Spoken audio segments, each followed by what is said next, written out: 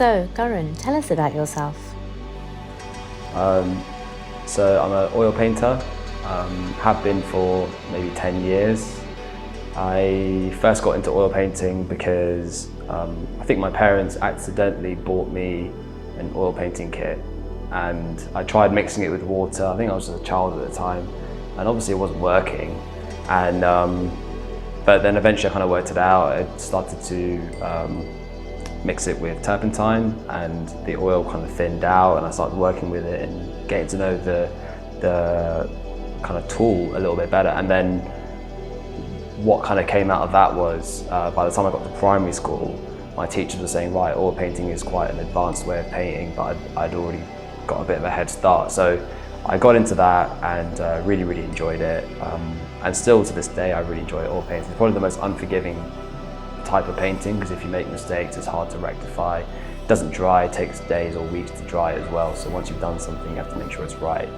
And obviously all the colours mix as a result of that. So you end up with a horrible kind of deep brown if you keep mixing everything up. So, but I enjoy the challenge, and it's so rewarding once it's done right. So that's kind of why I got into oil painting. But I studied graphic design as well. I do a lot of graphic work, and kind of commercialised my brand a little bit, and started doing limited edition prints and things like that. And yeah, I'm in a position now where I would say I'm established, selling artwork pretty much all over the world, and yeah, just looking for the next few steps now. And how did you come to adopting the style of artwork that you do with the Dotty style? With someone in any field, I think you have to kind of go through something in order to influence your style in a very organic and natural way. And I think for me, it was a mix of perhaps not feeling too great at the time, and therefore taking risks, thinking whatever, I'm just going to try something, and also just pure chance and luck. I mean, I bought these square-shaped brushes. Normally I paint with the standard brushes that most people will be kind of familiar with. So with a square shape, you can literally make little dots. So I was painting a classical piece, I think it was someone's face, and I ended up making it so fragmented because every time I put down a stroke, it would fragment a bit. Actually, it's quite cool.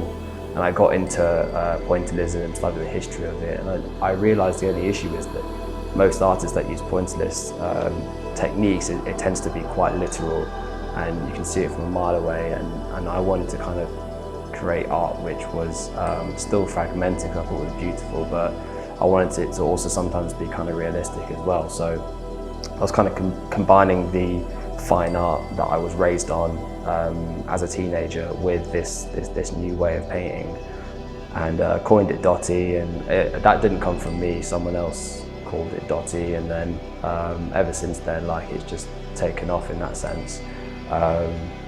And as I said as well, at the time, the way I was thinking, I was having like anxiety, and I feel like if you see it in a literal sense, it is breaking up the image and it's not stable. And Dotty actually kind of means eccentric or slightly mad, which I actually think embodies the work quite well, because a lot of it is heavily romanticizing pretty normal stuff, and not showing anything at face value, but passing it through my mind and putting it onto canvas. You have a really good link between spirituality and art. How does that work for you, and where do you get your inspiration when you're producing a piece of art that connects you with your spiritual side? I think, well, for once, spirituality is such an ambiguous term, because it can kind of mean anything. It can kind of mean religious, or it can kind of mean a way of thinking and a way of approaching life. And I think for me, yeah, I think it's come very naturally because of my journey. I had a really interesting experience when I was quite young and during quite a turbulent time. I had a chance meeting with like a guru, and he told me to go to the temple every Monday and walk around the Shiva Lingam, and it was a real life-changing experience for me, and it really informed a lot of my work. Also, my grandma passing away as well kind of, I think, connected me quite spiritually, and suffering deep loss obviously is difficult for anyone.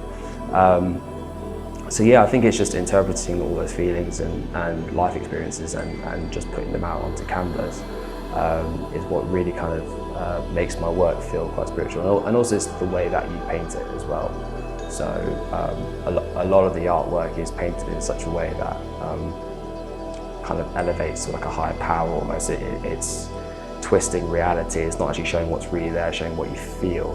And kind of even in some paintings, you know, parts of faces or bodies are kind of fractured and kind of coming out of themselves, and that's kind of the kind of spiritual side coming through. And that's also what made me want to get involved in Artma's collection. I've seen how other artists have been through kind of similar journeys and are producing really cool work. Thank you so much, Karun, Soni.